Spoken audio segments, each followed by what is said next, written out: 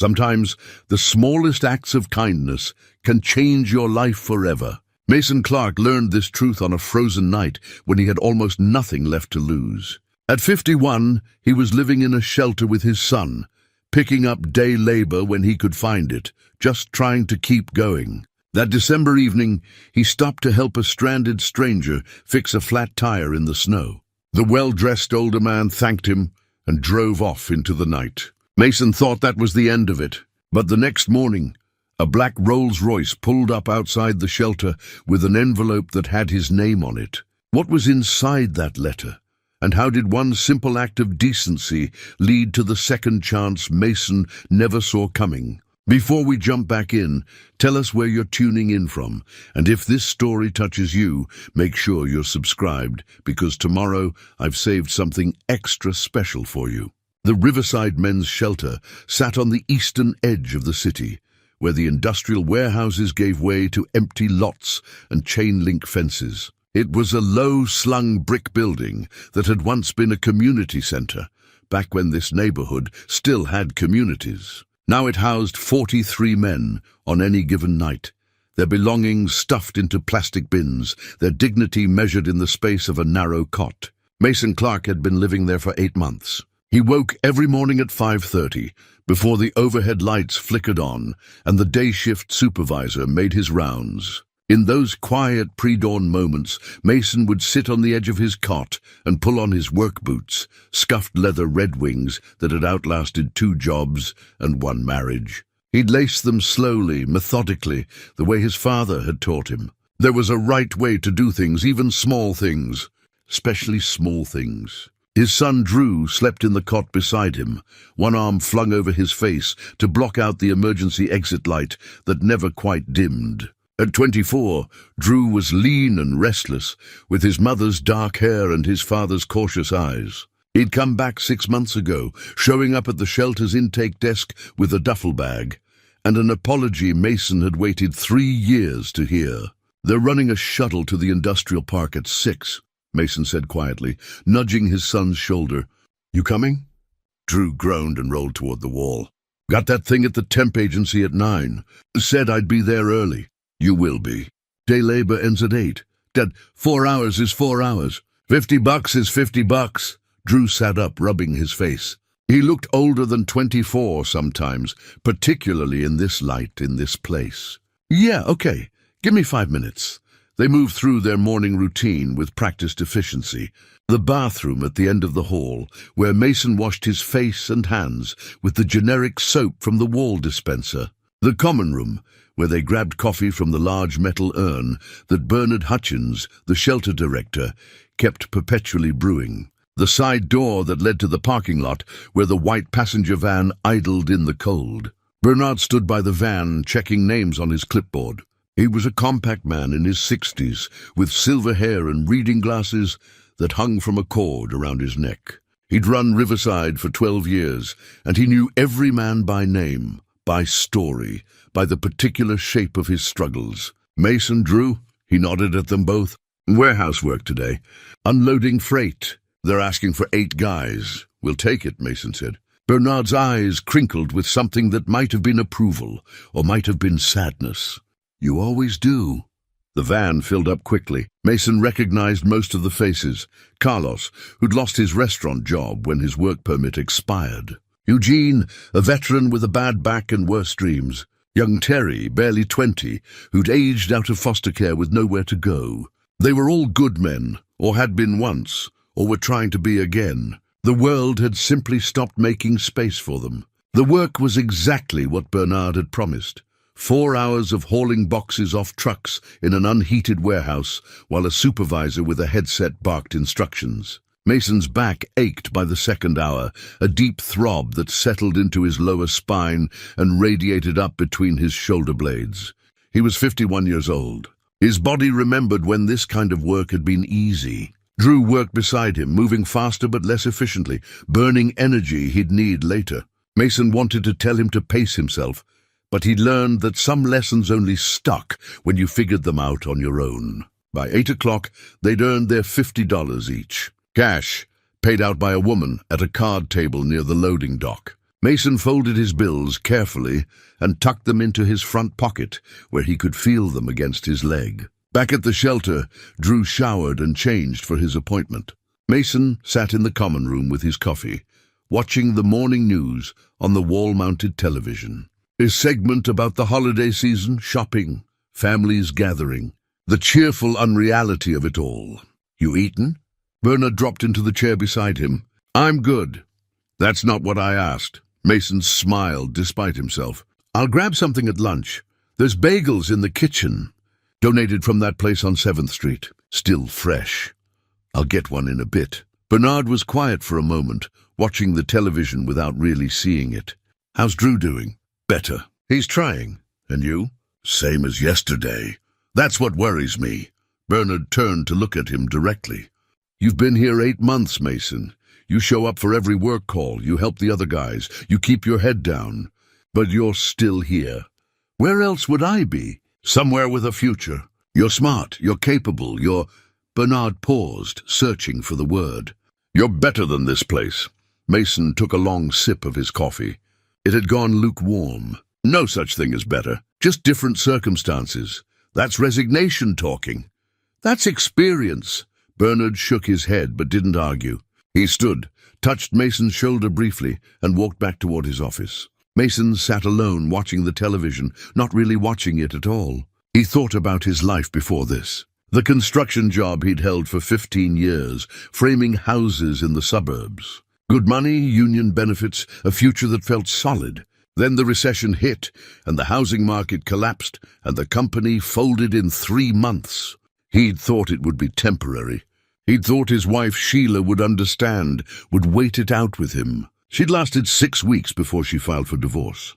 Drew had been 14 then. Old enough to see everything, young enough to blame himself. He'd bounced between Mason's tiny apartment and Sheila's new place across town, growing quieter and angrier with each passing month. By 17, he'd stopped coming around at all.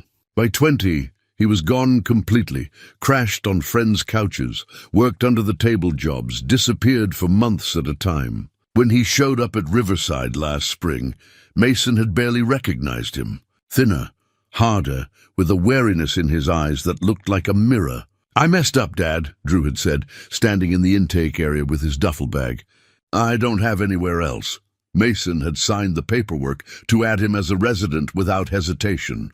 Now they were here together, trying to build something from nothing, trying to remember how to be father and son instead of 2 men who happened to share blood and bad luck. Drew came back from his appointment just after noon, his face carefully neutral. "How'd it go?" Mason asked. "They'll call if something comes up." Drew's voice carried the flat tone of disappointment dressed up as optimism. "Something will." "Yeah."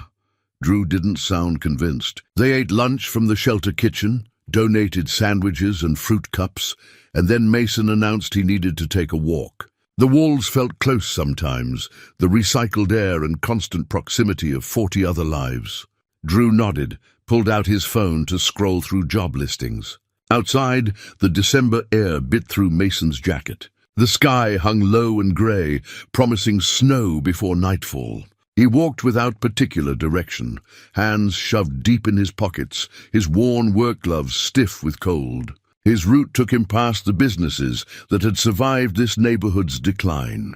A coin laundry, a check-cashing place, a bodega with bars on the windows. Past the empty lots where buildings had been torn down and never replaced. Past the elementary school where he used to drop Drew off on his way to job sites, back when dropping your kid at school was just part of the routine and not a memory that hurt. He turned onto Riverside Avenue, following it west toward the nicer parts of town. He did this sometimes, walked the borderline between where he lived and where he used to belong. Not out of bitterness, exactly.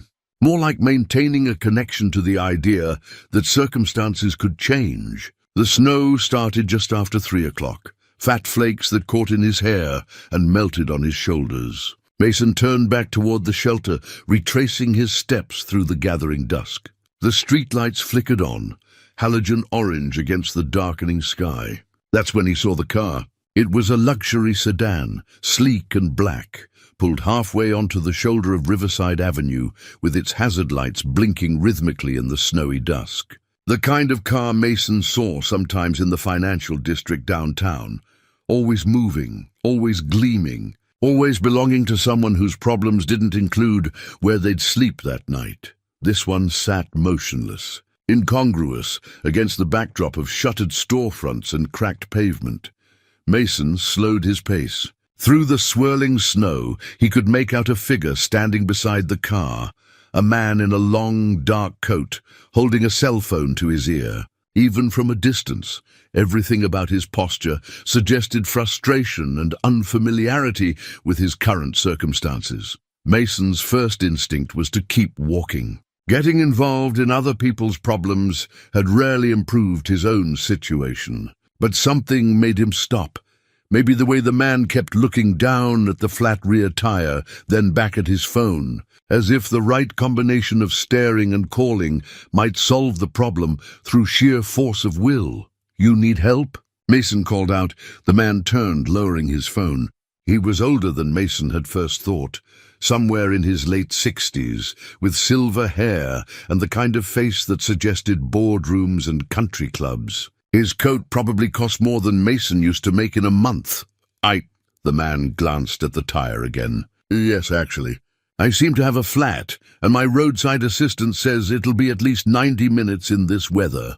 Mason walked closer, snow crunching under his boots. "You have a spare?" "I assume so. I've never actually—" The man paused, something like embarrassment crossing his features. "I've never changed a tire." Mason nodded slowly. Of course he hadn't. Men like this didn't change their own tires. They had people for that, services, solutions that arrived with a phone call. "Pop the trunk," Mason said. "Let's see what you've got." The man pressed his key fob, and the trunk opened with a smooth hydraulic hiss. Inside, everything was pristine, carpeted, organized, with the spare tire secured beneath a fitted cover. Mason pulled it out, along with the jack and lug wrench, his movements automatic. He'd changed hundreds of tires over the years, on job sites and in driveways, and once on the side of the interstate with Sheila crying in the passenger seat because they were late to her sister's wedding. "I'm Everett," the man said, watching Mason work. "Everett Langston." Mason Clark. He positioned the jack under the car's frame, his fingers already numb from the cold. "I appreciate this, truly. Should I pay you something?" Mason cranked the jack, lifting the car inch by careful inch. "Let's just get you back on the road." They didn't talk much after that. Everett stood a respectful distance away, occasionally offering to help in ways that made it clear he had no idea what helping would look like. Mason worked methodically, loosening the lug nuts, removing the flat tire, mounting the spare. His back complained and his knees protested against the cold pavement, but his hands knew what to do. The snow fell harder, accumulating on Mason's shoulders and in the treads of the damaged tire. His work gloves, stained and patched with one thumb splitting at the seam, grew dark with moisture. But the work felt good in a way he couldn't quite articulate. Competence felt good. Being useful felt good. When he'd tightened the last lug nut and lowered the jack, Mason stood slowly, feeling every one of his 51 years in his lower back. "There you go," he said, loading the flat tire and tools back into the trunk. "You'll want to get that patched or replaced soon. The spare's just temporary." Everett looked at the car, then at Mason, something unreadable in his expression. "Thank you, really, He reached into his coat pocket and pulled out his wallet. "You don't need to do that," Mason said. "Please, for your time. It was 20 minutes, and honestly, I'm glad I could help." Mason brushed snow from his hair. "Just pay it forward sometime." Everett hesitated, then pulled a folded bill from his wallet and pressed it into Mason's gloved hand before Mason could refuse. "At least let me cover your coffee. You must be freezing." Mason looked down at his hand. Even through the damp glove, he could feel it was a 20. Too much for coffee, not enough to argue about in the snow. "Thanks," he said simply. Everett extended his hand and Mason shook it, his own hand cold and rough, Everett's warm and smooth. Two men from completely different worlds, briefly intersecting on a snowy evening on Riverside Avenue. "Drive safe," Mason said. "You too." And thank you again, Mason Clark.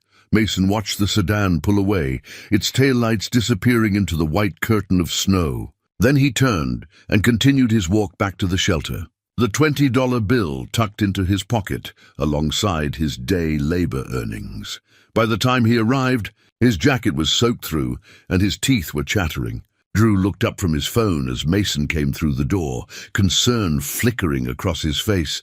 "Where were you? You've been gone for hours, just walking. Helped a guy with a flat tire. In this?" Drew gestured toward the window, where snow was now coming down in sheets. Mason shrugged. "Wrong place, right time. Or right place, right time. However that saying goes."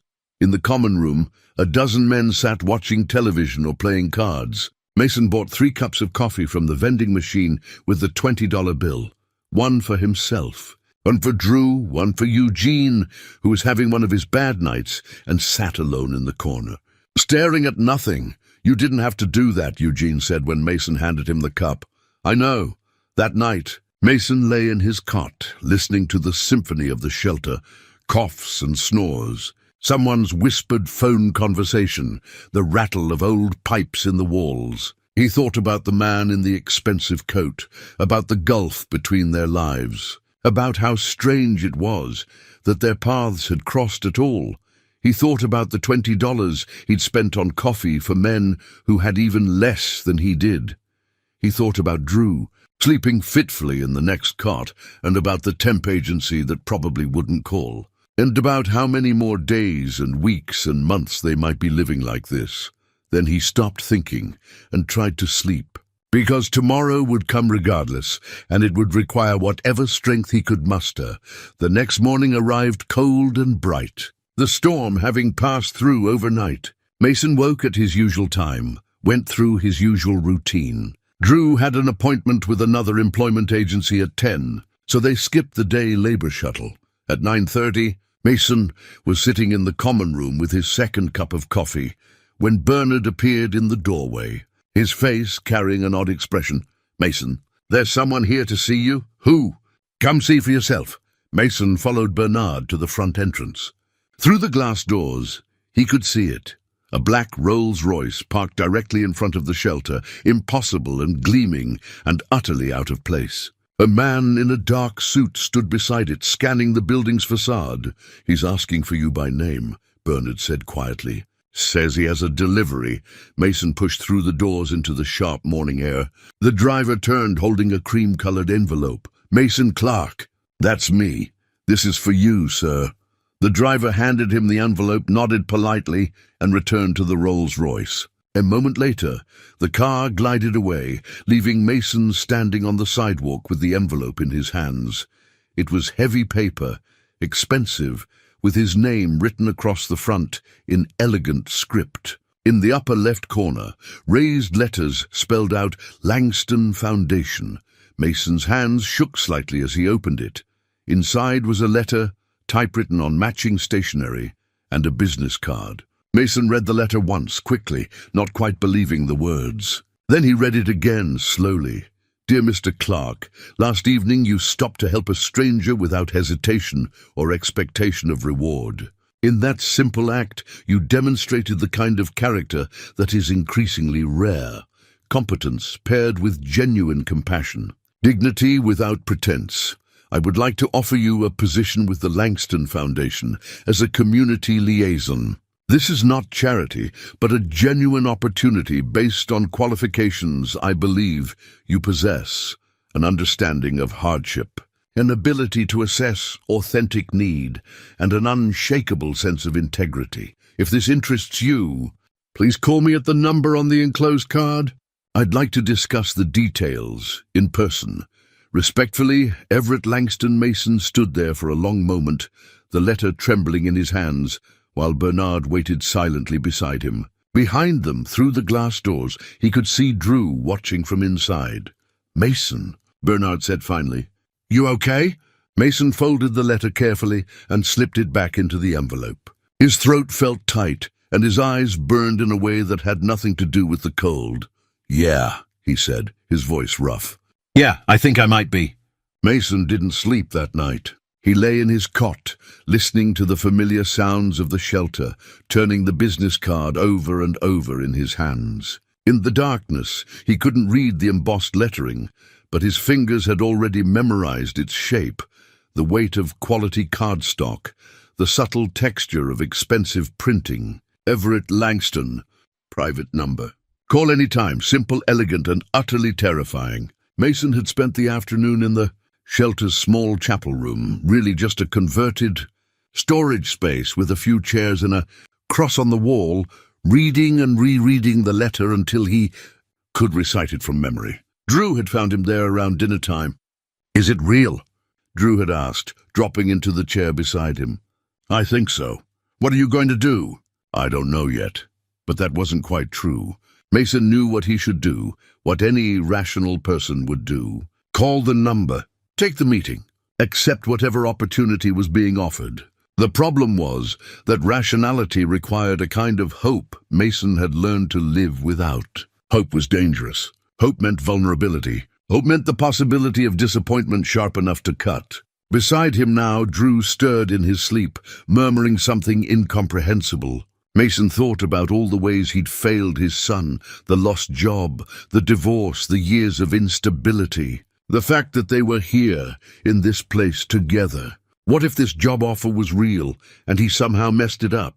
What if it wasn't real at all, just some wealthy man's fleeting impulse that would evaporate under scrutiny? What if he called, and Everett Langston didn't even remember who he was? At 5:30, Mason gave up on sleep.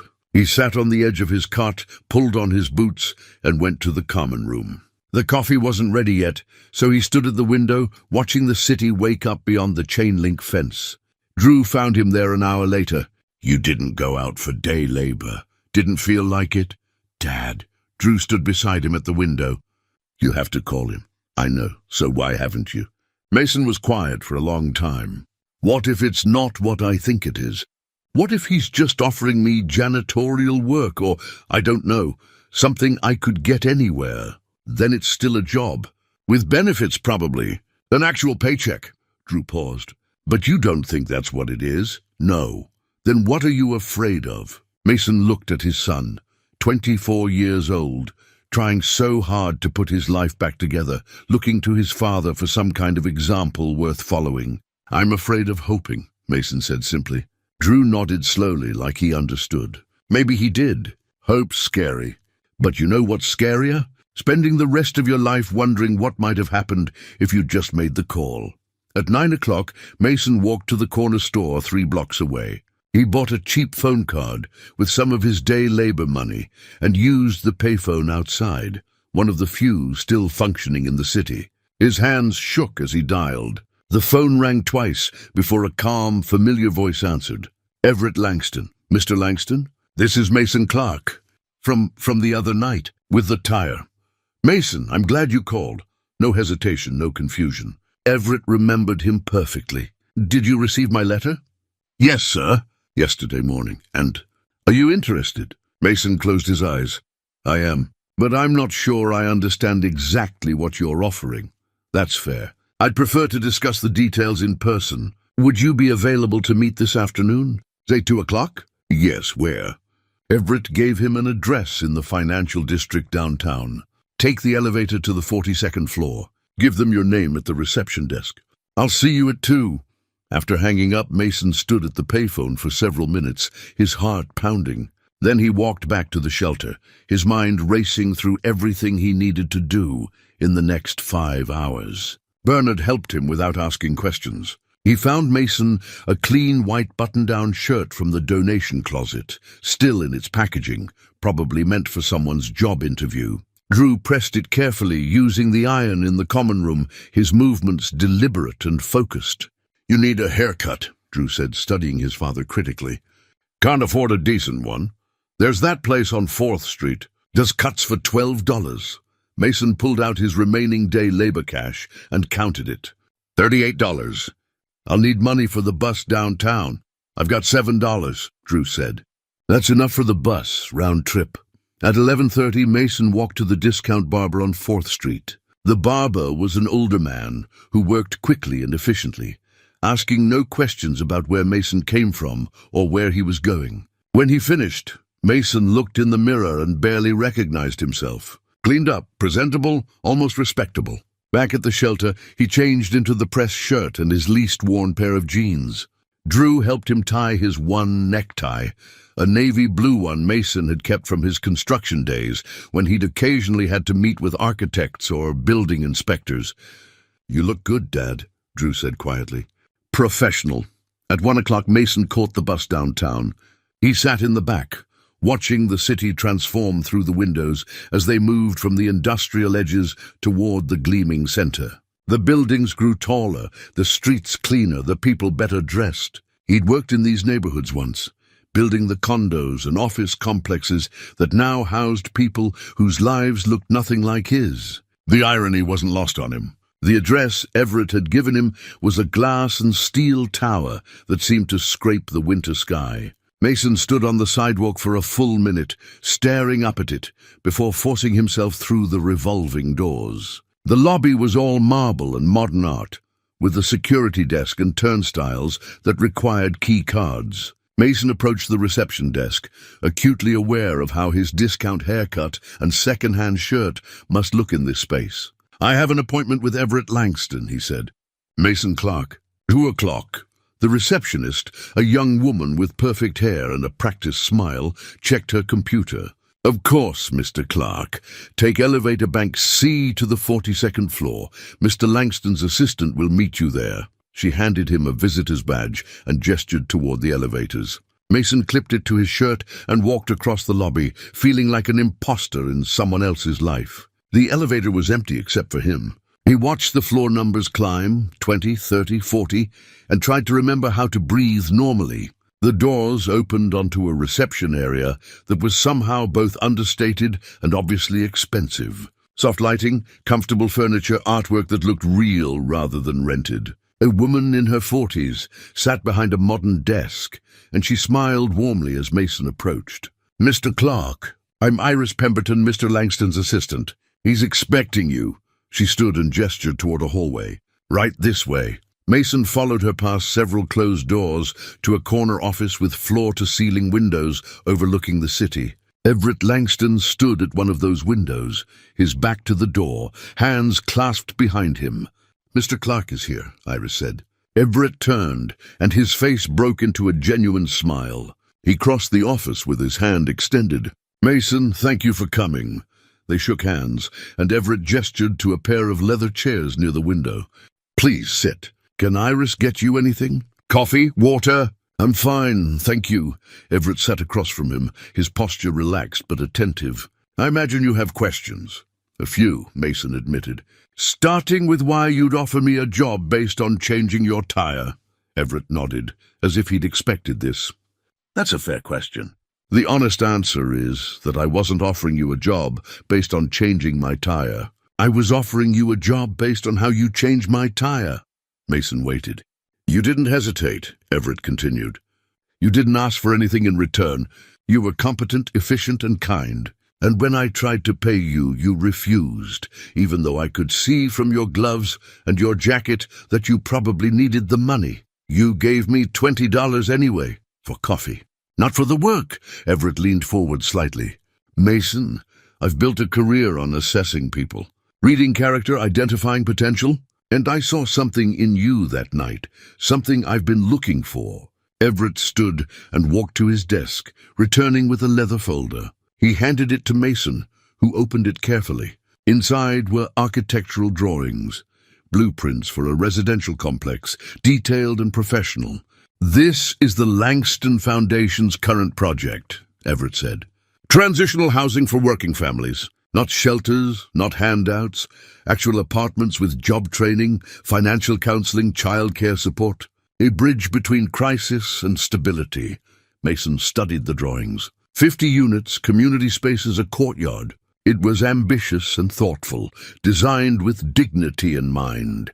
"We break ground in the spring," Everett continued. "But construction is the easy part. The hard part is finding the right families, people who genuinely need help but will use it to build something lasting. People who won't abuse the system, but won't be broken by it either. And you think I can identify those people?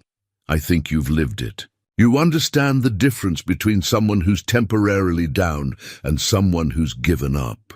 Between pride that's destructive and dignity that's worth preserving.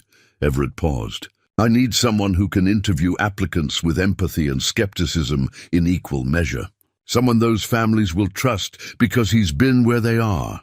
Mason closed the folder slowly. What would the job actually involve?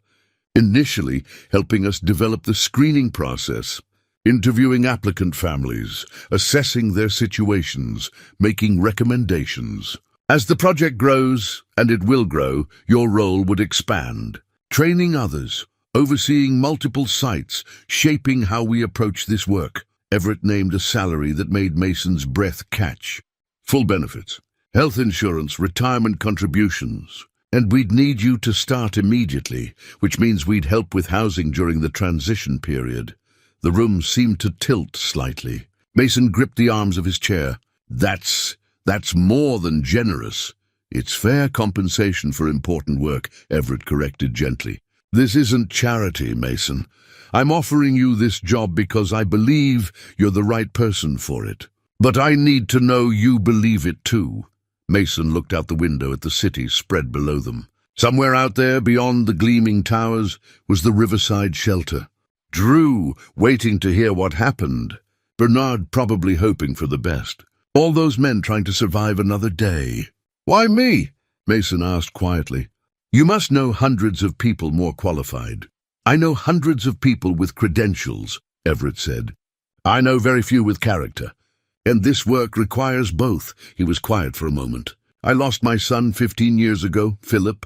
He struggled with addiction, and I didn't see it until it was too late. I was too busy building my business, accumulating wealth, proving whatever it was I thought I needed to prove. The pain in Everett's voice was unmistakable.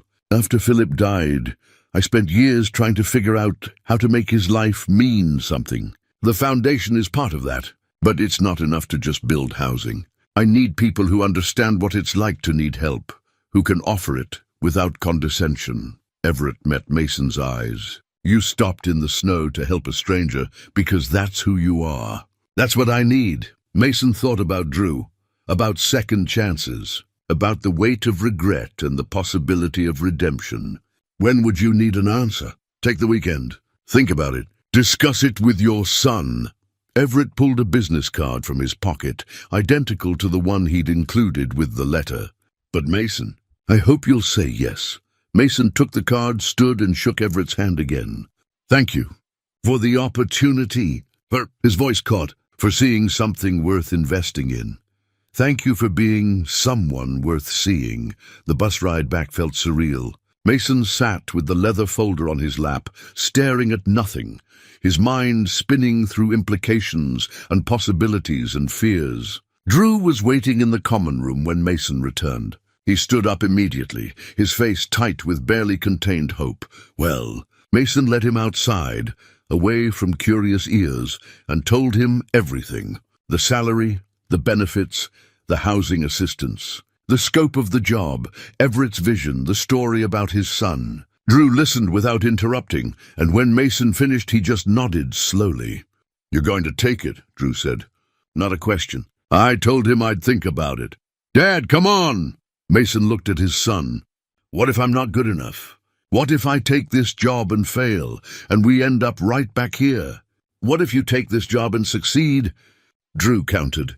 What if this is the break we've been waiting for? What if... He stopped, emotion thickening his voice. What if you finally catch something good, instead of just waiting for the next bad thing? That night Mason lay awake again, but this time hope and fear wrestled in equal measure. He thought about his father, who'd served in the army and taught Mason about duty and dignity, about doing things the right way, even when no one was watching. He thought about Sheila and how their marriage had fallen apart when money disappeared. About Drew growing up without stability, without trust that things could work out. He thought about all the men at Riverside who'd probably never get an offer like this. About Carlos and Eugene and Terry and the dozens of others just trying to survive. On Saturday morning, Mason called the number on the business card. Everett Langston. Mr. Langston, it's Mason Clark. I've made my decision. And? Mason took a deep breath. I'd like to accept your offer. If it's still available, it is. And I'm glad. Genuine warmth filled Everett's voice. Can you come by the office Monday morning? We'll handle the paperwork, and I'll have Iris arrange the housing situation. Monday, yes, thank you. Thank you. Mason, I think we're going to do good work together. After hanging up, Mason sat for a long moment, letting the reality settle over him. Then he found Drew and told him. His son wrapped him in a fierce hug, and neither of them bothered hiding their tears. On Monday morning, Mason arrived at the gleaming tower at 8:30. This time, walking through those doors felt different. Not like an imposter, but like someone who belonged, or at least someone who was learning to belong. The paperwork took 2 hours. Employment contract, tax forms, direct deposit information, benefits enrollment. Iris walked him through everything patiently, answering questions he felt foolish asking, but needed to understand. And here's the housing arrangement, she said, sliding another form across the desk. The foundation maintains several furnished apartments for staff transitions. You and your son can move in immediately. First month is covered, and after that it's a reasonable rent until you're settled enough to find something permanent. Mason stared at the address. A real apartment. A door that locked. A kitchen. When can we move in? Today, if you'd like. I have the keys right here. That afternoon, Mason and Drew packed their belongings from the riverside shelter. It took less than an hour. Everything they owned fit into 2 duffel bags and a cardboard box. Bernard helped them carry it to the bus stop. I'm proud of you, Mason, Bernard said, shaking his hand. You earned this. I got lucky. You got seen. There's a difference. Bernard turned to Drew.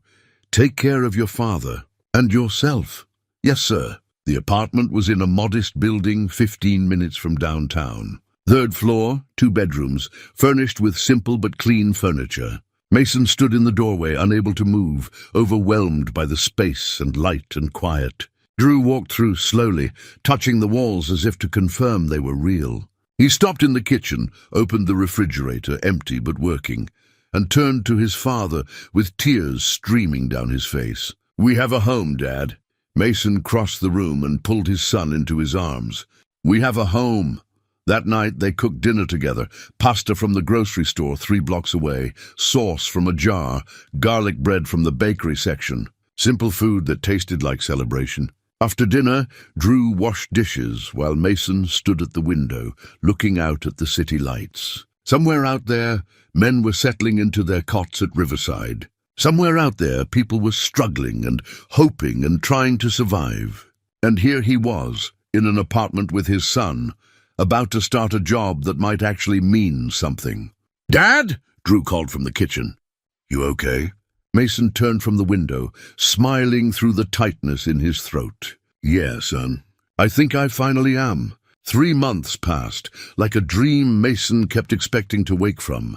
He started at the foundation the day after moving into the apartment, arriving early and staying late, determined to prove Everett's faith in him wasn't misplaced. The office was small, just 5 people, including Everett, but the work was substantial and deeply purposeful. Iris handled administration and coordinating with contractors. Gavin Strand, the architect, refined the building designs and managed the construction timeline. A quiet woman named Lydia processed applications and maintained the database. And Mason did the work that mattered most. He interviewed families. They came to the foundation office in a steady stream, referred by social workers and shelter directors and community organizations. Single mothers working multiple jobs.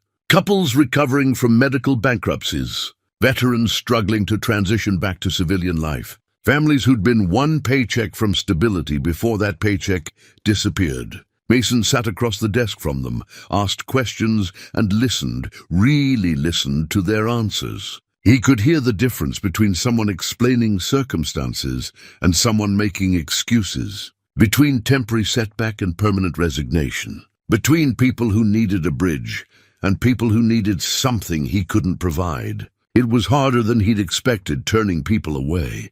But Everett had been clear. The foundation had limited resources, and helping the wrong families meant not helping the right ones. "You're good at this," Everett said one afternoon, reviewing Mason's recommendations. "Better than I'd hoped." "I just remember what it felt like," Mason said, sitting on the other side of that desk. One case stayed with Mason long after the interview ended. Vanessa Hartley, 34 years old, 2 kids, working 3 part-time jobs because none offered full-time hours or benefits. She'd been living in her sister's basement for 8 months, saving every spare dollar, but couldn't scrape together enough for first and last month's rent plus deposit. "I don't need charity," she'd said, her voice tired but firm.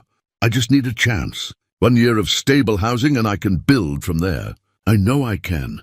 Mason had seen the exhaustion in her eyes, but also the determination. He'd approved her application immediately.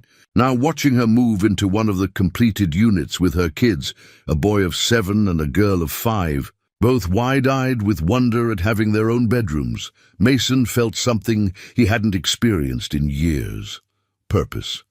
His friendship with Everett deepened as the weeks passed.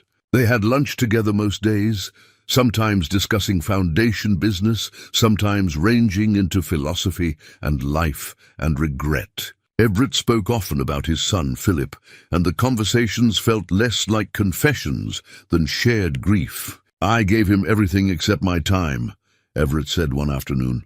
They were sitting in a small cafe near the office, rain streaking the windows. "Money, opportunities, connections. But I was always working, always building the next thing.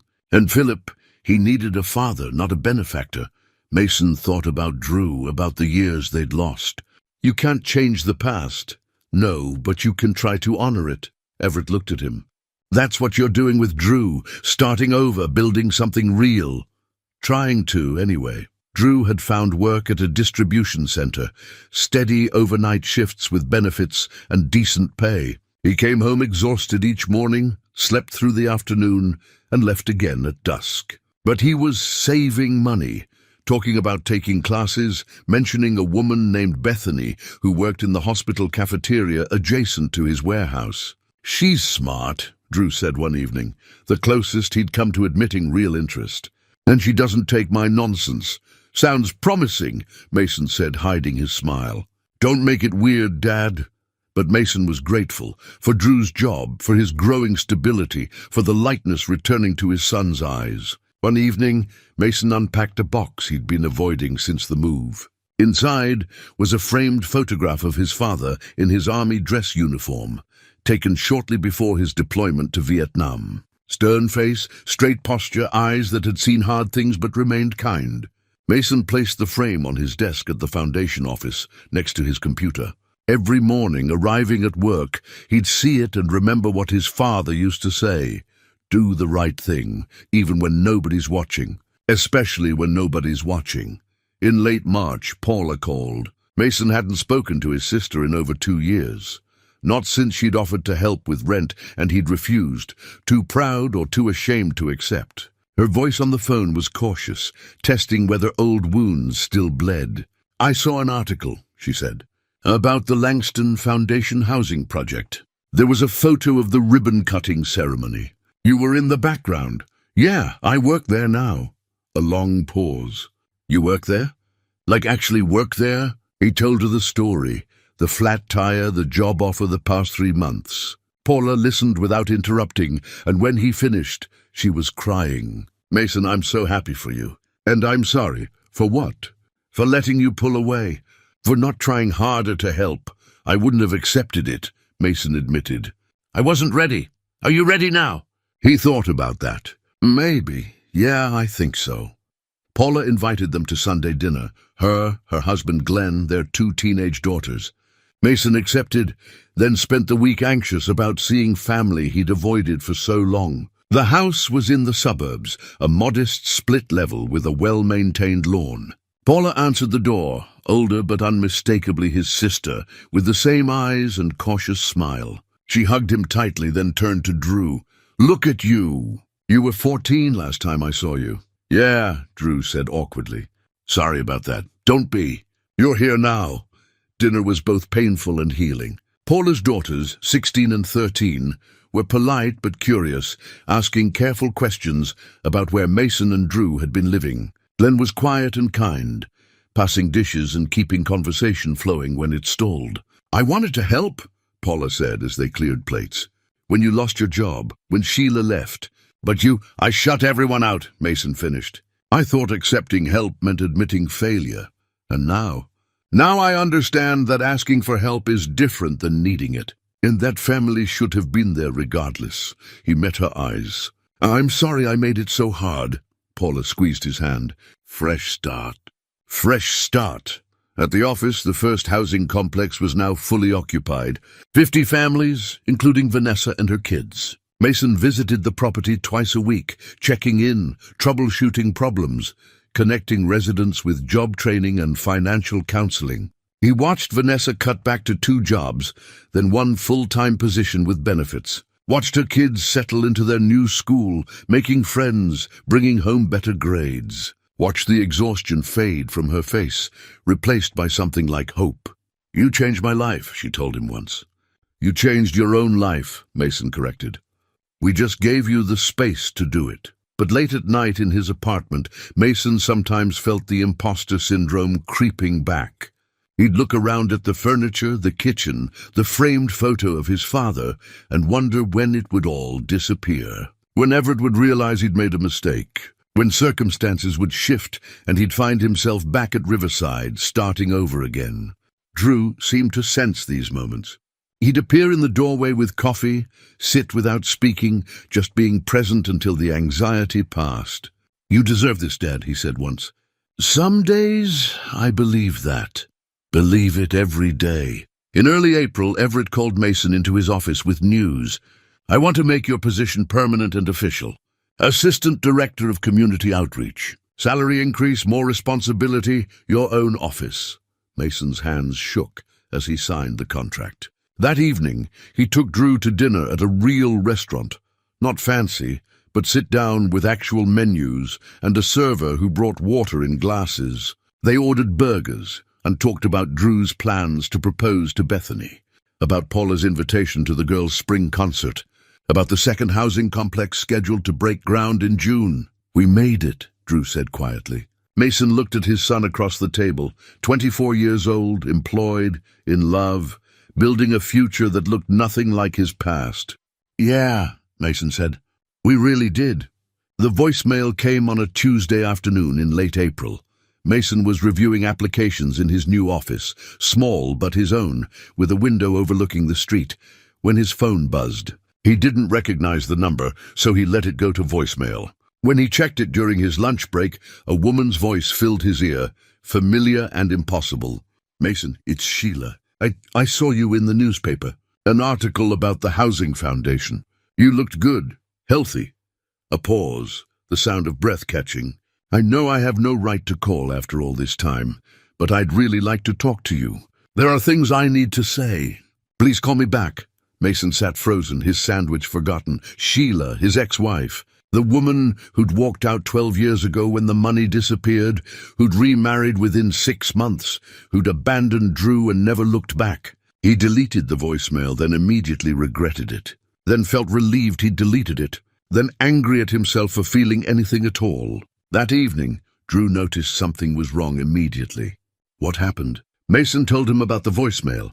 Drew's face went through a series of expressions: confusion, recognition, anger, then something harder to define. "You're not going to call her back," Drew said. Not a question, more like a protective demand. "I don't know." "Dad, seriously? After everything she did?" "She said she needed to talk. She needed to talk 12 years ago. She needed to talk when you lost the house. When we were living in that crappy apartment eating ramen for dinner." Drew's voice rose. "She didn't need to talk then, and she doesn't get to need it now." Mason understood his son's anger, shared it even. But something in Sheila's voice had sounded broken in a way he recognized. Not manipulative, but genuinely fractured. "Maybe people change," he said quietly.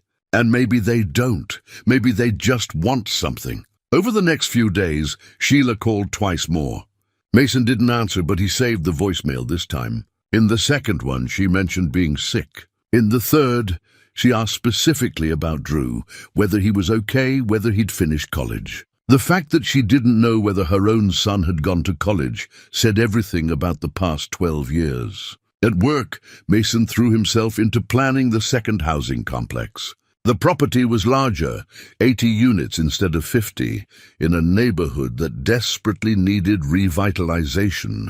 Kevin had designed something beautiful and practical, with community spaces and a small park for children. Everett wanted Mason to lead the applicant selection process entirely, training 2 new staff members in his methods. It was overwhelming and validating in equal measure. "You've become essential to this organization," Everett said during one of their lunches. "I can't imagine doing this work without you." "That's generous." "It's accurate." Everett studied him. "Something's troubling you, though."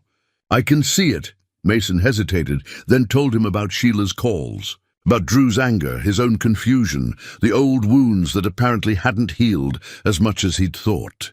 "What do you want to do?" Everett asked. "I don't know.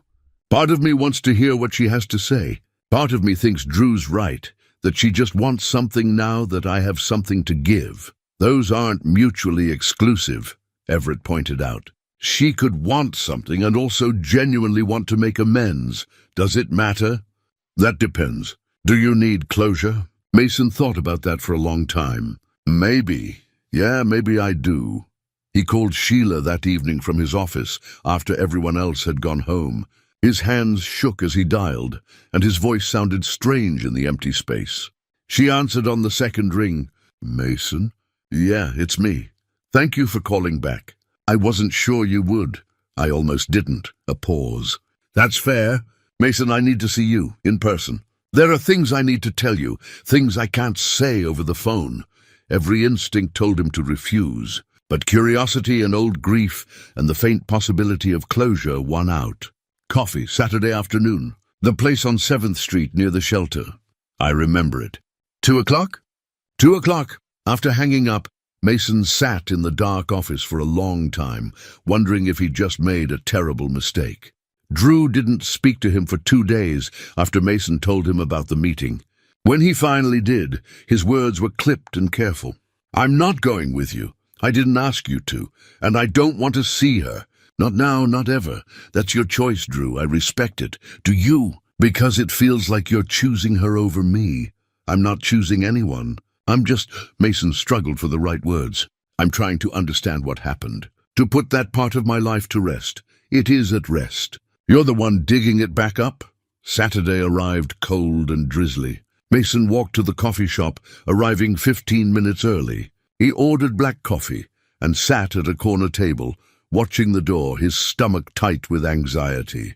Sheila arrived exactly at 2 o'clock. Mason barely recognized her.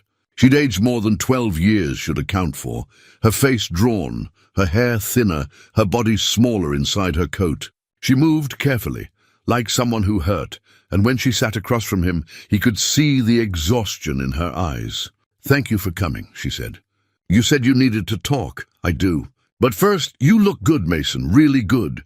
The article said you work for the Langston Foundation now?" "I do." "That's wonderful. I'm happy for you." The words felt genuine, which somehow made everything harder. Mason waited. Sheila wrapped her hands around her coffee cup. "I'm sick. Stage 4 cancer, pancreatic. They're saying 6 months, maybe less." The words hung between them. Mason felt sympathy war with old anger, and neither emotion won. "I'm sorry," he said finally. "Thank you." She met his eyes. "I wanted to apologize for leaving the way I did, for taking the money, for—" Her voice broke. "For abandoning Drew, for being weak when you needed me to be strong. Why now?" "Because I'm dying, and I need you to know I'm sorry. That I was wrong. That I've lived with the guilt every day since." Tears tracked down her face. "I was scared, Mason. We were losing everything, and I panicked. I thought marrying Roger would fix things, but all it did was prove I'd made the worst mistake of my life." Mason watched her cry, and felt nothing. Or not nothing, but nothing simple. Pity, yes. Sadness for wasted years and broken promises. But not the anger he'd expected, and not the lingering love he'd feared. "I forgive you," he said quietly, and realized as he said it that he meant it. Sheila looked up surprised. Just like that? Just like that. Holding on to anger hasn't helped me, and it won't help you. So yes, I forgive you. And Drew? Drew makes his own choices. I can't speak for him. Sheila nodded, accepting this. Then she reached into her purse and pulled out a manila envelope. She slid it across the table. What's this? Mason asked. Open it. Inside were legal documents. Mason scanned the first page, then looked up sharply. This is a motion to modify our divorce decree. I need your help, Mason. The medical bills, I can't afford them. Roger left me when the diagnosis came. I have nothing. She leaned forward. The article said you work for a billionaire now. Surely you have access to money. I'm not asking for much. Just enough to cover treatment, to buy me a few more months. Mason stared at her, understanding crystallizing like ice in his chest. You're not here to apologize. I am apologizing. But I also need help. From the man you abandoned. The son you haven't contacted in 12 years. Mason stood, the chair scraping loud in the quiet cafe. You saw me in the paper and thought what? That I owed you something. Mason, please, no! He left the documents on the table.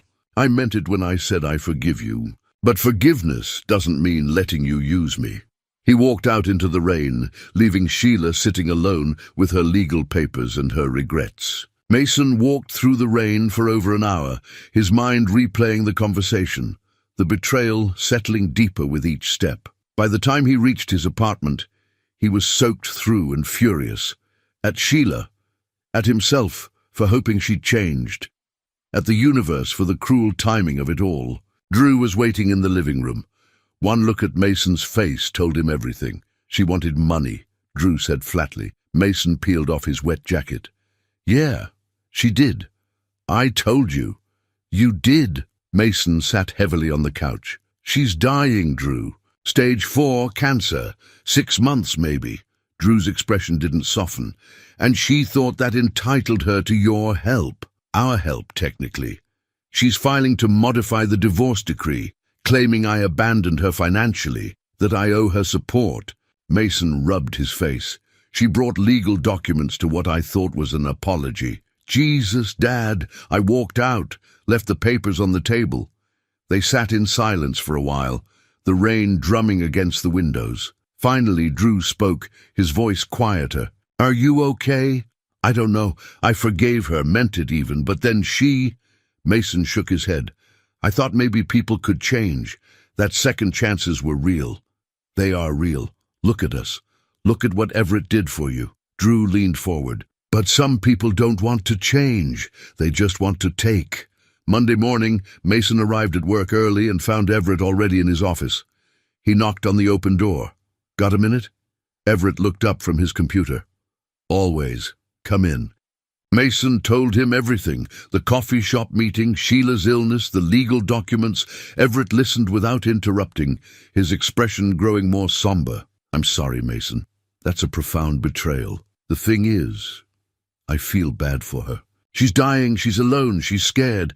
But you also have to protect yourself, Everett finished. Compassion doesn't require self-destruction. Drew thinks I should ignore it completely. But those legal papers... Can she actually claim part of my salary? Let me make some calls. Everett picked up his phone. The foundation has excellent attorneys. We'll figure out what you're dealing with. By Wednesday, Mason met with Jonathan Reeves, one of the foundation's lawyers. Reeves was in his 50s, methodical and calm. The kind of person who made complicated things feel manageable. I've reviewed the documents, Reeves said, spreading them across the conference table. Her claim is weak. The divorce was finalized 12 years ago with a clear settlement. She took half the assets, which weren't much, admittedly, and there was no alimony agreement. So she can't touch my salary? Not based on these filings, however. Reeves paused. She could make this very public and very messy. File motions, request hearings, drag you through court. Even if she ultimately loses, the process would be expensive and time-consuming. She's hoping I'll settle. Most likely offer her something to avoid the hassle. Reeves leaned back. The question is whether you want to fight this on principle or end it quickly. Mason thought about the foundation. about the families depending on their work, about the public nature of what they were building. A messy court battle would create exactly the kind of attention that could damage everything. How much would she likely accept as a settlement, based on her medical situation and financial need? Probably $50,000 to $75,000. The number hit Mason like a physical blow. More money than he'd had in his entire life until 3 months ago. Money that would help a dying woman, yes, but also reward her manipulation. I need to think about it. That evening, Mason called Paula. He hadn't told her about Sheila yet, and as he explained the situation, he could hear her anger building through the phone. "She has some nerve," Paula said. "After everything she did to you and Drew." "I know, but she's dying, Paula." "Plenty of people die without extorting their ex-husbands." Paula sighed. "What are you going to do?" "I don't know. Part of me wants to just pay her and be done with it. But Drew's furious. He sees it as giving in to manipulation." "What does Everett say?" "That compassion doesn't require self-destruction." "Smart man." Paula was quiet for a moment. "Mason, listen to me. You've spent 12 years carrying guilt about the divorce, about the job loss, about everything falling apart. But none of that was your fault. Sheila made her choices. She chose to leave. She chose to take the money. She chose to abandon her son. She's scared and alone and dying, and that's genuinely sad. But it doesn't obligate you to save her. You didn't create this situation, she did, with 12 years of absence and now one conversation motivated by greed." Mason knew his sister was right, but knowing didn't make the decision easier. At work, the Foundation's expansion continued. Everett announced plans for not just the second housing complex, but a third, pending donor commitments. Mason would oversee community outreach for all 3 properties, managing a team of 5 people. "You've exceeded every expectation," Everett told him during one of their lunches. "You've taken this role and made it something I couldn't have envisioned. I just do what needs doing." "That's exactly why you're good at it," Everett studied him. "Have you decided about Sheila?" "Not yet. Every option feels wrong." "Then maybe the answer isn't about her. Maybe it's about you, what you can live with, what serves your integrity." That night, Everett shared something he'd never mentioned before. He pulled an old leather journal from his briefcase, worn and filled with handwriting. "I kept this during the year after Philip died," he said, handing it to Mason. "The therapist suggested it might help process the grief." Mason opened it carefully. The entries were raw: guilt, regret, anger at himself for missing the signs of Philip's addiction. Pages and pages of a father's anguish. "Why are you showing me this?" "Because I see you struggling with something similar, the weight of wondering.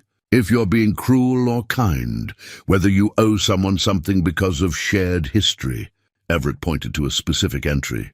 "Read that one." Mason read the date, 3 years after Philip's death, and the entry beneath it, "I've spent years trying to earn forgiveness from someone who can't grant it, trying to make amends for mistakes that can't be undone. Today my therapist asked me a question that changed everything. Whose forgiveness are you actually seeking, Philip's or your own? The answer was mine. It's always been mine. So I'm choosing to forgive myself. Not because I didn't make mistakes, I did. Terrible ones. But because punishing myself forever doesn't honor Philip's memory. Building something that helps others does." Mason closed the journal slowly, his eyes stinging. "You're wondering if helping Sheila would be the compassionate thing," Everett said quietly, "or if refusing is self-protection. But here's what I learned. Sometimes the most compassionate thing you can do is establish boundaries. For yourself, for Drew, for the life you're building. She's dying alone. That's her consequence to bear. You didn't create it. Mason went home that night and found Drew in the kitchen, making dinner. Bethany was there too, a kind-faced young woman with gentle eyes who'd clearly been good for his son. "Dad, this is Bethany. Officially. We've met before, Mr. Clark," she said, smiling. "Call me Mason, and it's good to see you again." They ate together, the three of them, talking about ordinary things. Drew's promotion possibility, Bethany's nursing school applications, Paula's invitation to a family barbecue. Normal life, simple and precious. After Bethany left, Drew helped Mason clean up. "I've decided about your mom," Mason said. "I'm going to fight the claim. No settlement." Drew looked at him surprised. "Really? Really? She made her choices. I forgive her for them, but that doesn't mean accepting the consequences of them for her." Mason put a hand on his son's shoulder. "You were right. Some people want to change, and some people just want to take. I'm done letting people take from us." Drew hugged him, fierce and sudden. "I'm proud of you, Dad." "Yeah," Mason said, his voice rough. "I'm starting to be proud of me too." The next morning, Mason called Jonathan Reeves and told him to fight the claim. No settlement, no compromise. Reeves outlined the strategy: file a motion to dismiss, prepare character witnesses, document Sheila's 12-year absence and her motivation for suddenly reappearing. "This will likely go to court," Reeves warned. "She'll play the sympathy card. Dying woman, desperate circumstances. Are you prepared for that?" "I am." "Good. We'll start building your case." Over the next 2 weeks, Sheila's attorney sent increasingly aggressive letters. The tone shifted from requesting support to demanding it, threatening media exposure and public embarrassment. They claimed Mason had a moral obligation to help his dying ex-wife, that his newfound wealth made him culpable. Each letter made Mason angrier, not at the legal maneuvering, but at the presumption that success created obligation to those who'd abandoned him during failure. Meanwhile, the foundation faced its own crisis. One of their major donors, a tech entrepreneur who'd pledged $2 million toward the second housing complex, pulled out unexpectedly. Market concerns, he claimed, though rumors suggested his wife was divorcing him and assets were being frozen. Without that funding, construction couldn't begin. 80 families on the waiting list would remain waiting indefinitely. Everett called an emergency staff meeting. "We need to replace that funding within 60 days, or we lose the property. I'm reaching out to my contacts, but I need ideas from all of you." "What about a fundraising event?" Iris suggested. "Something that showcases what we've accomplished." "A gala," Kevin added. "Show donors the actual families we've helped. Let them see the impact." Everett looked at Mason. "What do you think?" "I think people give to stories, not statistics. If we can tell our story, the real story with real people, we might have a chance.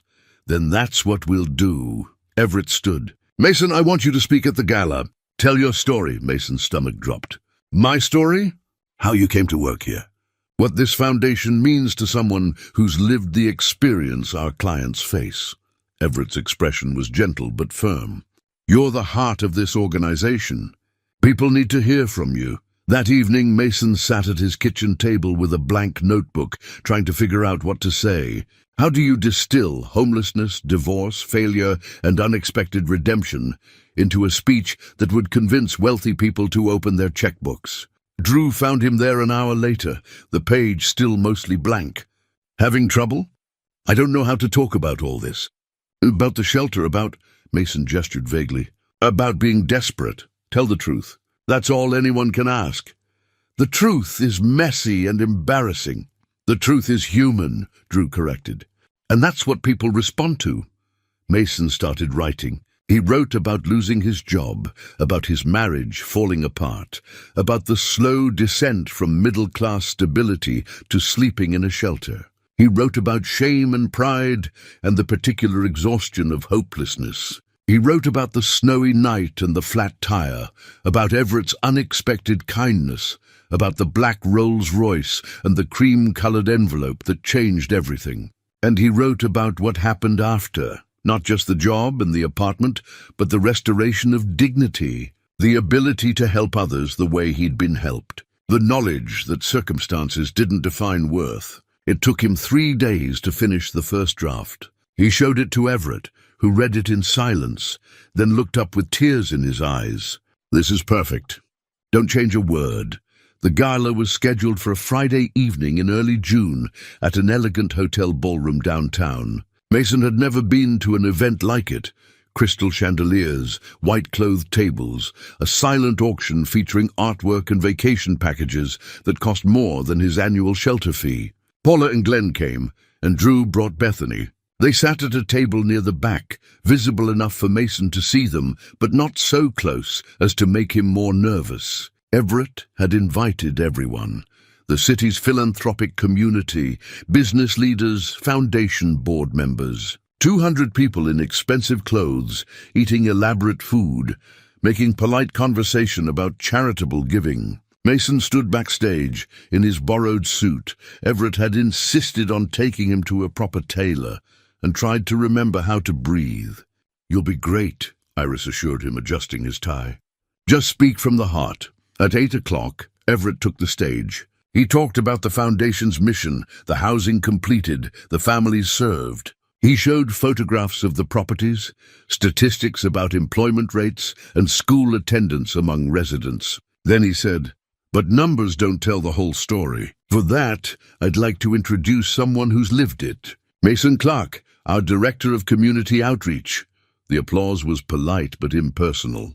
Mason walked onto the stage, the microphone suddenly feeling impossibly heavy in his hand. He'd looked out at the sea of faces, mostly white, mostly wealthy, mostly people whose problems had never included where to sleep or whether to eat. He saw Drew giving him a thumbs up, Paula beaming with pride, Everett nodding encouragement. Mason gripped the microphone and began. 8 months ago, I was living in the Riverside men's shelter with my son. I was 51 years old, working day labor when I could find it, trying to keep hope alive, even though hope felt like a luxury I couldn't afford. The room quieted. People stopped looking at their phones. I'd lost my construction job in the recession, lost my marriage, lost eventually everything I thought defined me as a man, provider, father, success. I ended up in that shelter not because I'd made one bad choice, but because a series of circumstances I couldn't control finally overwhelmed the dignity I was trying to maintain. Mason's voice grew steadier as he continued. He told them about the snowy evening, the stranded car, changing Everett's tire without hesitation because that's what his father had taught him. You help people, even when you have nothing to give. He told them about the Rolls-Royce arriving at the shelter, about opening the envelope with shaking hands, about calling the number and meeting Everett in this very building. Mr. Langston didn't offer me charity. He offered me dignity, a real job, with real expectations and real consequences if I failed. He saw something in me that I'd forgotten to see in myself, that circumstances don't define worth, that a man living in a shelter with worn-out work gloves might still have something valuable to offer. The room was completely silent now.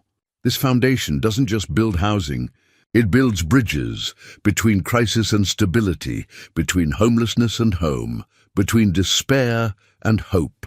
The families we serve aren't looking for handouts. They're looking for what Everett gave me, a chance. One real chance to prove what they're capable of when someone believes in them. Mason paused, looking directly at the audience. Right now, we have 80 families on our waiting list. Working people, parents, veterans, people who fell through cracks that shouldn't exist but do. Without your support tonight, those families stay in shelters, in cars, in situations no one should endure. He told them about Vanessa, about watching her kids see their own bedrooms for the first time, about the single father who got a job because he finally had an address for applications, about the veteran who stopped having nightmares once he had walls and a door that locked.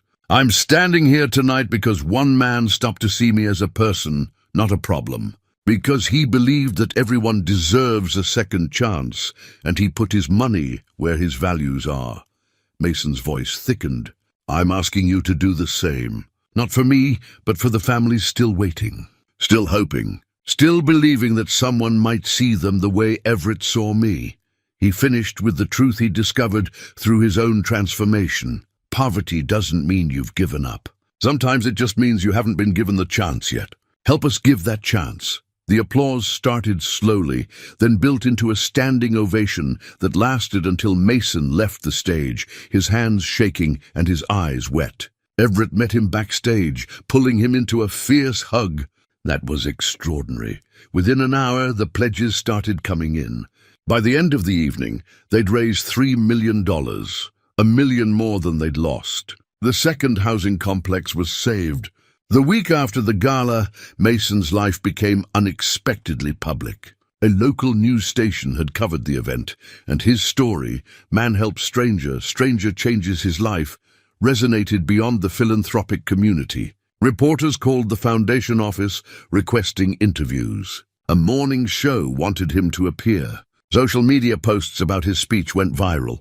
Everett fielded most of the requests, protecting Mason from the overwhelming attention. But he agreed to one interview. A respected journalist from the city's main newspaper who wanted to write a feature about the foundation and the people it served. The article ran on a Sunday, front page of the lifestyle section. It included photographs of Mason at work, of the housing complexes, of Vanessa and her children in their apartment. The headline read, "From Shelte resident to foundation director, one man's journey from rock bottom to giving back." Mason read it alone in his apartment, uncomfortable with seeing his life reduced to inspiring narrative. But the article was honest and respectful, capturing not just his story, but the foundation's broader mission. Paula called immediately after reading it. "Mason, this is incredible. I'm so proud of you. It feels weird having everyone know. Let them know. You earned this, and your story matters." By Monday, donation inquiries flooded the foundation office. Small amounts mostly, $20 here, $50 there, from people who saw themselves in Mason's struggle. Working families, single parents, people one paycheck from crisis who wanted to help others avoid that precipice. "This is what I hoped for," Everett said, reviewing the donations with Iris. "Not just wealthy donors, but community investment. People who understand because they've lived it." But the publicity had another consequence. On Wednesday morning, Jonathan Reeves called Mason into a private meeting. "Sheila's attorney has changed tactics," Reeves said, his expression grim. "They're using your public profile to strengthen their case." "How?" "They're arguing that your newfound success, the salary, the media attention, the public platform, creates a moral and financial obligation to support your terminally ill ex-wife." Reeves slid a document across the desk. "They're also requesting an expedited hearing. Her health is deteriorating, and they want resolution before she dies," Mason finished. "Yes, the judge granted the request. We're scheduled for next Friday." Mason felt the weight of it settle over him. 10 days. 10 days to prepare for a court battle that would determine not just money, but something deeper, whether his success obligated him to those who'd abandoned him during failure. That evening, he told Drew about the court date. His son's reaction was immediate and fierce. "She's playing the sympathy card. Dying woman, heartless ex-husband with money. That's the angle." "I know, but you're still going to fight it." "I am." Mason looked at his son. "Not because I want to hurt her, but because giving in means accepting that her abandoning us was somehow justified, that we deserved it." Drew nodded slowly. "I'll testify if you need me to. Tell them what it was like when she left. Jonathan said we might need character witnesses, people who can speak to what happened back then and what's happened since. Then I'll do it. Paula too, probably. And Everett." Over the next week, Jonathan prepared Mason meticulously. They reviewed the divorce decree, the timeline of Sheila's absence, the documentation of her remarriage and subsequent divorce from Roger. They prepared responses to expected arguments, practiced testimony, role-played cross-examination. "They'll try to make you look cold," Jonathan warned. "A successful man refusing to help his dying ex-wife. You need to stay calm, compassionate even while maintaining your position. I can be sorry she's dying without being responsible for saving her." "Exactly. That's the line we're walking." The Friday of the hearing arrived grey and cold. Mason put on his best suit, the one from the gala, properly his now, and met Jonathan at the courthouse. It was family court, not criminal, but the formality still made Mason's stomach tight with anxiety. Drew was already there, sitting on a bench outside the courtroom with Paula and Glenn. Everett arrived moments later, placing a reassuring hand on Mason's shoulder. Whatever happens, you've got people who believe in you. Thank you for everything. Thank me by staying strong in there. At 9 o'clock they entered the courtroom. It was smaller than Mason expected, almost intimate, with wood paneling and fluorescent lights that hummed quietly. Sheila sat at the plaintiff's table with her attorney, a sharp-faced woman in her 40s named Patricia Holbrook. Sheila looked worse than she had at the coffee shop. Thinner, grayer, wearing a scarf that might have been covering hair loss from chemotherapy. She glanced at Mason once, her expression unreadable, then looked away. The judge entered, a black woman in her 60s named Judge Carol Warren, and everyone stood. She reviewed the case briefly, then gestured for them to sit. "This is a motion to modify a 12-year-old divorce decree," Judge Warren said, looking over her reading glasses. "Ms. Holbrook, make your case." Patricia Holbrook stood, commanding the room with practiced confidence. She painted Sheila as a woman who'd made mistakes, but was now facing mortality alone and desperate. She emphasized Mason's recent success, the salary, the public platform, the evidence of financial stability. "Mr. Clark has the means to help," Holbrook argued. "And given their shared history, their marriage, their son together, he has a moral obligation to provide support during her final months. We're not asking for excessive amounts. $50,000 to cover medical expenses. That's all?" She called Sheila to the stand. Sheila took the oath with a trembling hand, then answered questions in a weak voice. Yes, she'd made mistakes leaving Mason. Yes, she regretted abandoning Drew, but she'd been young and scared, and didn't everyone deserve forgiveness? "I'm dying," Sheila said, tears streaming down her face. "I have 6 weeks, maybe. I just want to spend that time in comfort, not in pain worrying about bills. Mason has money now. Surely he can spare something for the mother of his child." It was effective. Mason could see the sympathy on Judge Warren's face. Then Jonathan cross-examined. Gently but firmly he established the facts. Sheila had left voluntarily when Mason lost his job. She'd taken half their savings, admittedly small, but everything they had. She'd remarried within 6 months to a man with means. She hadn't contacted Drew in 12 years, despite knowing where he was. "Mrs. Clark, Mrs. Brennan now, when did you first reach out to Mr. Clark after your divorce?" "This spring, when I saw the newspaper article. So 12 years passed without any contact." "Yes, and in those 12 years, did you ever reach out to your son?" "No, I didn't. Did you send birthday cards? Christmas gifts? Any acknowledgement of his existence?" "No. But now that Mr. Clark has achieved some financial stability, you felt it was appropriate to contact him requesting money." Sheila's attorney objected, but the damage was done. Judge Warren made a note. When it was Mason's turn to testify, he kept his voice steady and his answers direct. Yes, he felt compassion for Sheila's situation. Yes, her diagnosis was tragic. But compassion didn't equal obligation, especially after 12 years of complete absence. "She left when things got hard," Mason said. "She abandoned our son. She chose someone else over us. I've forgiven her for that. But forgiveness doesn't mean accepting financial responsibility for choices she made." "You have substantial income now," Judge Warren noted. $50,000 wouldn't create hardship for you. It's not about hardship, Your Honor. It's about principle. If I pay her now, what am I teaching my son? That abandonment is acceptable as long as you come back when it's convenient? That success obligates you to those who hurt you? Jonathan called Drew to the stand. Mason's son testified with controlled anger about his mother's absence, about growing up without her, about the message it would send if Mason gave in to this demand. Then Paula testified, describing how she'd offered help 12 years ago, and Mason had refused out of pride. But Sheila had simply disappeared. Finally, Everett took the stand. His testimony focused not on Sheila's character, but on Mason's, his integrity, his work ethic, his genuine care for the families the foundation served. "Mason Clark is one of the most decent men I've ever met," Everett said. "He helps people because it's right, not because it benefits him. But there's a difference between helping and being exploited." After all testimony concluded, Judge Warren called a brief recess. Mason stood in the courthouse hallway with Drew, Paula, and Everett, none of them speaking. The weight of waiting pressed down like humidity before a storm. "You did well in there," Jonathan said quietly. "Stayed calm, stayed honest." "Did it matter?" Mason asked. "We'll know soon."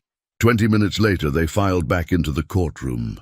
Judge Warren had returned to the bench, reading glasses perched on her nose, a stack of documents before her. Her expression gave nothing away.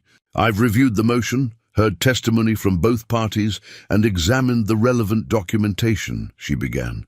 "This case presents an interesting ethical question, whether moral obligation translates to legal responsibility. Ms. Holbrook has argued persuasively that Mr. Clark has both the means and the moral duty to help his former wife in her final weeks." Mason felt Drew tense beside him. "However," Judge Warren continued, "the law is clear on this matter. The divorce was finalized 12 years ago with a comprehensive settlement agreement. Both parties accepted the terms. There was no provision for future support, no alimony arrangement, and no clause allowing modification based on changed circumstances." She looked directly at Sheila. "Mrs. Brennan, I'm sympathetic to your situation. Cancer is a terrible disease, and facing it alone must be frightening. But the fact remains that you voluntarily ended your marriage to Mr. Clark. You remarried. You maintained no contact with him or your son for over a decade. And you only reached out when you saw evidence of his financial success." Sheila's attorney stood. "Your Honor, my client acknowledges her mistakes." "Ms. Holbrook, I'm not finished." Judge Warren's tone was firm but not unkind. "Your client may indeed regret her past choices, but regret doesn't create legal obligation. Mr. Clark has no more responsibility to support Mrs. Brennan than he would any other ex-spouse from a decade-old divorce." She turned to Mason. "Mr. Clark, I commend you for expressing forgiveness and compassion during your testimony. Those are admirable qualities, but the court cannot compel you to act on them financially. You've built a new life after considerable hardship. You owe Mrs. Brennan nothing." Judge Warren picked up her gavel. "The motion to modify the divorce decree is denied. Furthermore, Mrs. Brennan is ordered to pay Mr. Clark's legal fees associated with defending against this motion. Court is adjourned." The gavel came down with a sound like punctuation. Final, definitive. Mason sat motionless for a moment, letting the decision settle over him. Drew grabbed his arm, squeezing hard. Paula was crying. Everett nodded with quiet satisfaction. Across the aisle, Sheila stood slowly, leaning heavily on her attorney. She looked at Mason once more, and this time he saw not manipulation, but genuine defeat. For just a moment, he felt the old instinct to help, to fix, to take care of someone in pain. Then he remembered Drew at 14, confused and angry about why his mother had left. Drew at 17, pulling away because he couldn't trust anyone not to abandon him. Drew at 24, finally rebuilding a life because his father had shown him that stability was possible. Sheila had made her choices. Mason had made his. As they left the courtroom, Sheila's voice followed them. "Mason, wait!" He stopped but didn't turn around immediately. Drew's hand tightened on his arm protectively. "Please," Sheila said. Mason turned. She stood in the hallway, her attorney gone. Just a sick woman in a scarf looking older than her years. "I really am sorry," she said quietly. "For all of it." "I know you don't believe me, but it's true." "I do believe you," Mason said. "But sorry doesn't undo 12 years. It doesn't give Drew back his mother or me back the years I spent wondering what I did wrong. I know." Sheila's voice broke. "I just wanted you to hear it one more time." Mason nodded once, then turned and walked away with his family beside him. Outside the courthouse, the afternoon sun broke through the clouds. Paula hugged Mason fiercely, then Drew, then Everett. Jonathan shook everyone's hands and promised to send the final paperwork within the week. "Lunch," Everett suggested. "I think this calls for celebration." They went to a restaurant nearby, nothing fancy, just good food and better company. Drew sat beside Bethany, who joined them after the hearing ended. Paul and Glenn ordered wine. Everett told stories about his early business days, making everyone laugh. Mason mostly listened, grateful for the noise and warmth, for people who'd stood beside him when it mattered. "To Mason," Everett said, raising his glass. For choosing integrity over expedience. To Dad, Drew added, for showing me what strength actually looks like. Mason felt his throat tighten. To second chances, he said quietly, and to the people who make them possible. The following Monday, Mason returned to work energized. The court case had been a distraction, but now it was finished. He could focus entirely on the foundation's expansion. The second housing complex broke ground that week. Mason stood with Everett and the construction crew for the ceremonial first shovel of dirt, cameras clicking, reporters taking notes. It felt surreal. 2 years ago, he'd been swinging hammers on construction sites, and now he was overseeing projects that would house hundreds of families.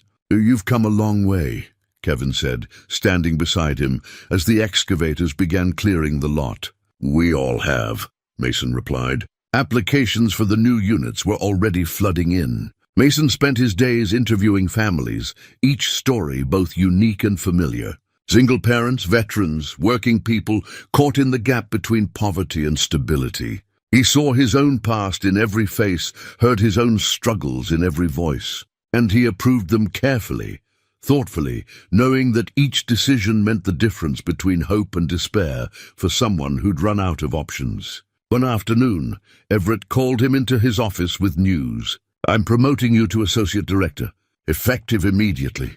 Mason stared. Everett, I've only been here 8 months, and you've transformed this organization in those 8 months. You've created protocols, trained staff, brought in funding through your story. Everett smiled. More importantly, you understand the mission at a level I never could. You've lived it.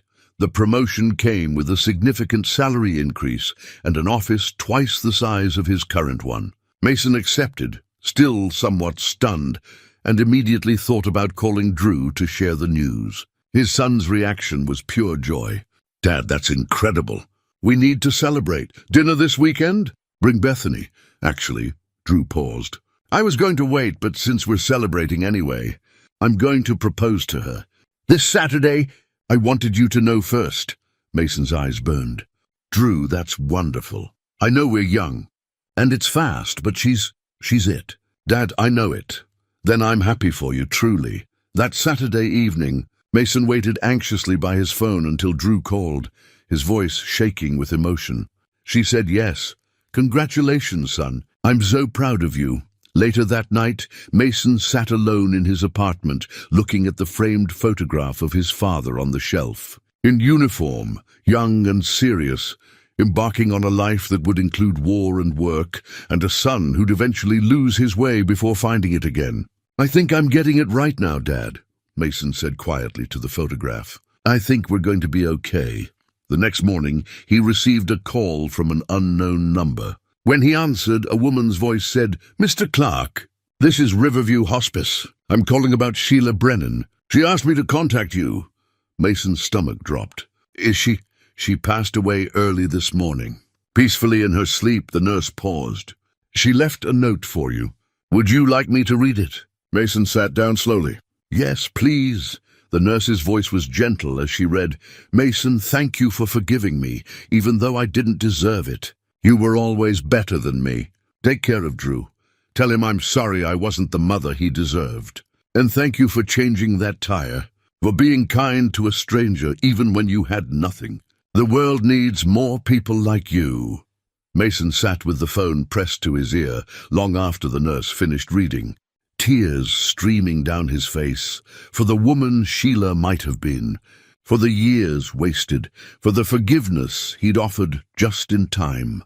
6 months later, Mason stood in the backyard of a small house on Maple Street, watching Drew and Bethany cut their wedding cake under strings of lights as autumn leaves drifted down around them. It had been a simple ceremony, 40 guests, Paula's backyard, a minister who'd known the family for years. Drew had worn a navy suit and couldn't stop smiling. Bethany had looked radiant in a cream-colored dress, and Mason had walked his son down the aisle, his heart so full he thought it might burst. Now, as evening settled over the celebration, Mason found himself standing slightly apart from the crowd, taking it all in. Paula was dancing with Glenn. Everett was deep in conversation with the minister. Kevin and Iris from the foundation had come, along with several families from the housing complexes, including Vanessa and her children. "Dad?" Drew appeared beside him, still grinning. "You okay?" "More than okay. I'm perfect. Thank you for everything, for not giving up, for getting us here." Mason pulled his son into a hug. "You got yourself here. I just held on. We held on together." After Drew returned to his bride, Everett joined Mason at the edge of the yard. "Beautiful ceremony," Everett said. "It was." Mason watched the guests laughing and dancing. "Hard to believe this is my life now. Believe it. You earned every bit of it." They stood in comfortable silence for a moment. Then Everett said, "I've been thinking about succession planning." "For when I retire?" Mason looked at him sharply. "You're not retiring. Not tomorrow. But in a few years, yes. And I want you to take over the foundation. Full leadership. Everett, you're ready, Mason, more than ready. You understand the work better than anyone." Everett smiled. "Besides, you've already transformed it into something beyond what I envisioned. It should be yours." Mason felt the weight and honor of the offer settle over him. "Can I think about it?" "Take all the time you need. But my answer won't change." The celebration continued into the evening. Mason danced with Paula, laughed with Glenn, congratulated the newlyweds a dozen more times. And late in the night, as guests began leaving, he found himself alone with Drew once more. "Mom would have liked Bethany," Drew said quietly. It was the first time he'd mentioned Sheila since her death. Mason had told him about the final note, and Drew had cried, not for what was, but for what might have been. "Yeah," Mason agreed. "She would have. Do you think about her?" "Sometimes. Mostly I think about how we survived her leaving, how we found each other again." Mason put his arm around his son's shoulders. "How we built this." A week later, Mason closed on the small house where the wedding had been held. 3 bedrooms, a yard, a mortgage he could actually afford. It wasn't large or fancy, but it was his, truly, legally, permanently his. Drew and Bethany had found their own apartment across town, near the hospital, where Bethany had been accepted into a nursing program. Mason helped them move in, assembling furniture and offering unsolicited advice, until Drew kicked him out with affection. "We've got this, Dad. Go enjoy your empty nest." But the nest wasn't entirely empty. Mason filled it with purpose. He volunteered at Riverside Shelte every Saturday morning, mentoring men who were where he'd been a year ago. He shared his story, offered advice, connected people with resources. And sometimes he just sat and listened, because he remembered how much that had mattered. Bernard always greeted him warmly. "You're doing good work here, Mason. Just paying it forward." At the foundation, the second housing complex opened to its first families. Mason stood at the ribbon-cutting ceremony with Everett, watching 80 families receive keys to their new apartments. The joy on their faces reflected what he'd felt that first day in his own apartment: disbelief, relief, hope. The third complex had been approved, with construction starting in the spring. Mason was overseeing it all now, managing a team of 12, shaping programs, training new community liaisons in the methods he'd developed. And everywhere he looked, he saw the ripple effects of second chances. One afternoon, driving home from work, Mason saw a car pulled over with a flat tire. A young man stood beside it, looking frustrated and helpless in the fading light. Mason pulled over without thinking. "Need help?" he called. The young man looked up, surprised. Yeah, actually, I don't know how to change a tire." Mason smiled, popped his trunk and pulled out his jack. "Let me show you." As he knelt down to work, his knees protesting the cold pavement, Mason thought about that December night that had changed everything. About Everett's kindness, about cream-colored envelopes and black Rolls-Royces, and the improbable chain of events that had led him here. "I really appreciate this," the young man said, watching Mason work. "Happy to help." Mason tightened the last lug nut and stood. "What's your name?" "Chris." Mason pulled out his wallet and handed Chris his foundation business card. "If you ever need work or know someone who needs housing assistance, give me a call." Chris looked at the card, confused. "Why?" "Because someone helped me once when I needed it. Now I help others. That's how it works." He drove away as the young man stood there holding the card, and Mason wondered if this moment might change Chris's life the way a similar moment had changed his. That evening, Mason sat at his kitchen table in his own house, looking at the framed photograph of his father that now occupied the mantel. The phone rang, Drew calling to say goodnight, a habit they'd developed since he'd moved out. "Love you, Dad. Love you too, son." After hanging up, Mason walked through his quiet house, turning off lights, feeling the peace of it all. He'd traveled so far from the riverside shelter, from day labor and desperation, from the man who'd changed a tire in the snow simply because it was the right thing to do. He'd learned that second chances were real, that dignity mattered more than wealth, that kindness created ripples beyond imagination. He'd learned that falling didn't define you, getting back up did. And he'd learned that home wasn't a place you found, but something you built, one choice at a time, with people who saw you as you truly were and believed in who you might become. Mason turned off the last light and stood in the darkness, grateful for every hardship that had led him here, grateful for the man who'd stopped to see him as human rather than invisible, grateful for the life he'd rebuilt from nothing. Tomorrow he'd wake early, go to work, help more families find their way home. But tonight, he simply stood in his own home and let himself feel what he'd earned through perseverance and grace. Peace.